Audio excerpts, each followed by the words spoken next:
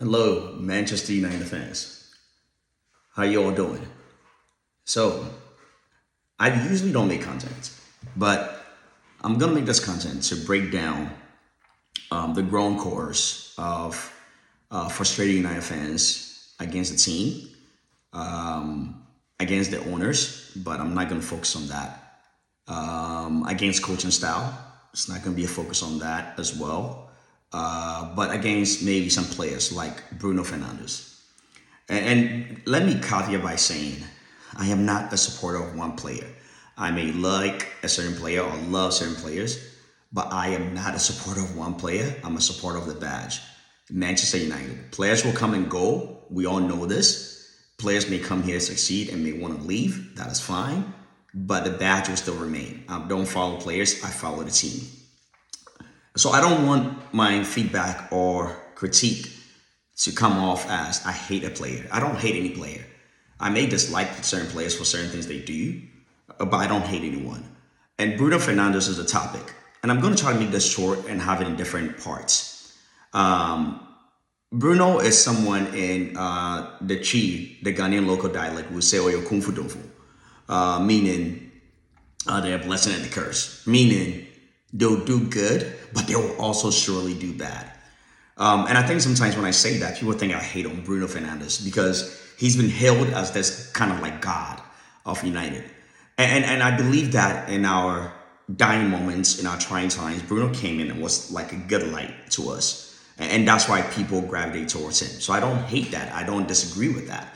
But I think we need to really kind of like look at the game broadly and kind of understand and see what is going on the pitch and what is being asked of the players in the system that they're playing in. 4 years ago, I said this, not because I hated Bruno, but I love United. I want the players to succeed. I want to root for every single player. But over 4 years ago, I said this, how Bruno plays or how he's developed into this kind of player for United, it doesn't help United, it hurts United. So I did not even like Bruno as a number 10 because I felt that there are certain things in our attacks that he kind of like either slowed the game down a bit in the final third or completely messed up the flow of the game in the final third. It's debatable. That's my opinion. The other one is Bruno is a true number 8. He's not number 10. My first point is, how did he become a number 10? United did not have a number 10 at that point when he came in. We had no number 10 options. So we needed somebody to step into that role. And Bruno was decently good enough to play that role. And he did well when he first started playing the 10 position.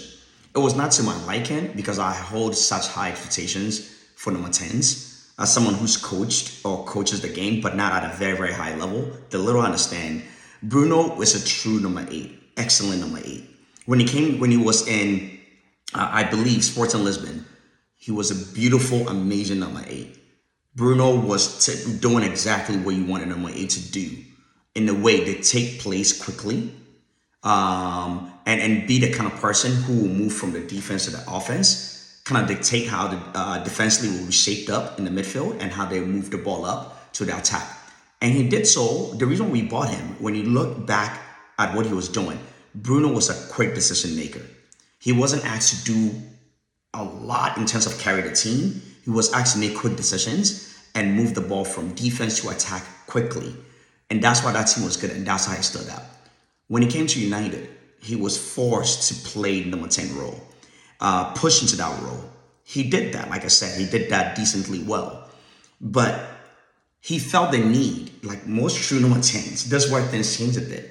Most true number 10s, you're not being asked to quickly make decisions. You're being asked to quickly dissect the defense, which sometimes comes with holding the ball a little bit longer because you're very, very skillful, and literally playing through channels and making sure the players make their runs to the right places and giving to them to score. Or sometimes you finding ways to score.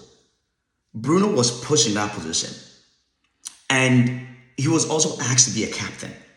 He was also asked to take penalty kicks because he barely missed them. And guess what happened? That changed Bruno's trajectory at United. He became like a god in darkness. And in darkness, when you have a God in darkness, are they really truly gods? Bruno was good. He saved us in so many times, so many games, so many times. but he became like a god whereby fans saw him as he could not do any wrong. So a lot of the things that were really not happening for United, sometimes were Bruno faults, were really ignored. And that's what started this whole thing with Bruno. He, over time, cemented his position on number 10 because, once again, we did not invest in that position. We had bad leadership, bad management. Though we did not see that as a need. Instead of saying, okay, let's invest in number 10 and let's bring Bruno back, or let's see someone who's going to come from the academy, we did not do that. He stayed at number 10. It's to the point that even the leaders and coaches at Sporting Lisbon, the person who kind of like helped Bruno become Bruno, said Bruno is an 8. He's not a 10. We don't know why he's playing that position, but Bruno, he can play it, but he's an 8.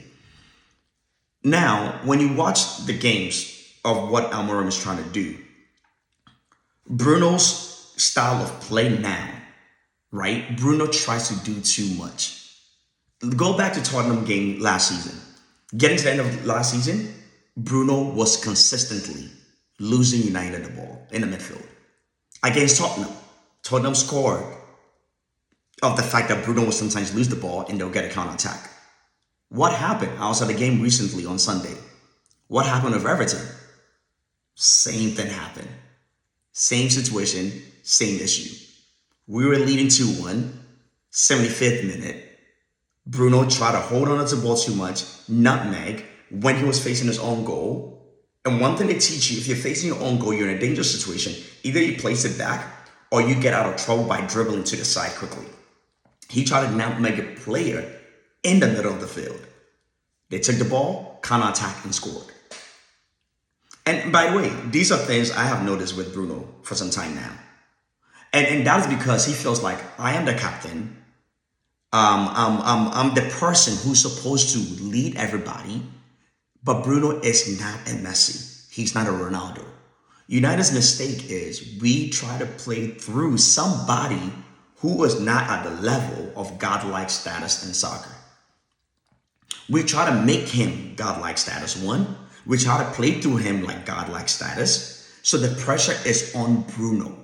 And he feels the need to always outshine his own teammates instead of letting them shine and putting them in position for them to succeed as a number 8. We'll go back and watch United's games again. Go back and watch United's games again. Go back and watch Sporting Lisbon's games again. See how Bruno was playing with Sporting Lisbon. See how he came and played with United. And see how he's changed as a player. The fame, the power, the fans' love, the captaincy, everything has kind of like shaped him to be the player he is right now. Now, can Bruno revert back and be the Bruno that we want him to be? Potentially, yes. But it's based on what the coach wants and how the coach curtails this behavior. And there's so many, I don't want this to be 10 minutes long. We're already at 8 minutes. And I'll come back to kind of like break down some of his games and some of the things he's done. And some of the things I noticed even when the world was just hailing him. Even when he was being hailed, there are certain things I noticed about his game. And I knew a time will come, everyone was going to see it. And now there's a growing chorus of people saying that Bruno might not be it for United. Is he serviceable? Is he a starter? I would say so. He needs to tune his mind to go back to the player we need him to be in the system. In the 3-4-3 system, where you're playing 3 backs, where you're playing 4 midfields, where you're playing 2 number 10s and 1 number 9, where the wing backs pretty much own the line. Their job systematically is to give the offense and defense and midfield advantage at all times. When you're playing 3, when the ball is in the back and you're defending, you have 5 people covering the wings, 3 focused in the middle of the field, where goals will probably come from. When you're in the midfield, they support the runs in the midfield where you have 4 people. You always have an outlet to kick the ball out. It's basketball. Ask any basketball player who plays some college or NBA, they'll tell you. Anyone on the wing, they can close their eyes, dribble, and pass the ball to the wing. Wing play, 3-point, slash play, score. They know it like the back of their hand. It is consistent. In this system, that's why I like the system, even as a coach. When you have players who can play and understand the system, it makes things easy. You get a ball in the midfield, you're in trouble, kick it to the wing. Someone is always going to be there to make a run. On the offensive side, that's what it does. It stretches out the defense. Usually defenses don't want to be stretched out. So that's why if the ball is on the far right side, the defense is asked to shift, make the field smaller, contain the field. Now, if you have a wing back running on the opposite side, the right back or right center back is focused on this guy might get the ball. So they're hesitant to close. When they're hesitant to close, they open up gaps in the middle, run through, two number 10s will run through them, ball in is a goal. And so they support, the wing back support the defense, midfield, and attack. And this is where we need someone like Bruno, if he's going to play the 8, to make decisions quickly, to support the team in moving up quickly, and not slow the team back in the middle and not give the ball away. Mistakes happen. Mistakes are part of the game. But when you're consistently making mistakes, putting your team in bad position, it becomes a pattern that your players are now reluctant to move up because they're scared that they may lose the ball and they may be forced to defend. So I'm going to stop here because I know some of you guys may say there's a rant against Bruno. I'm bashing him. I don't like Bruno. I hate Bruno. One, I don't care what you all say because I know that's not the truth. I want Bruno to succeed at United because I want this badge to win a championship. I'm tired of our fans being sad. I'm tired of our opponents always laughing at us. We need to come back to the glory days. And it comes with teamwork, people who are not bigger than the club, people who put the team first and play that way on the field. I'll stop here. Almost 12 minutes.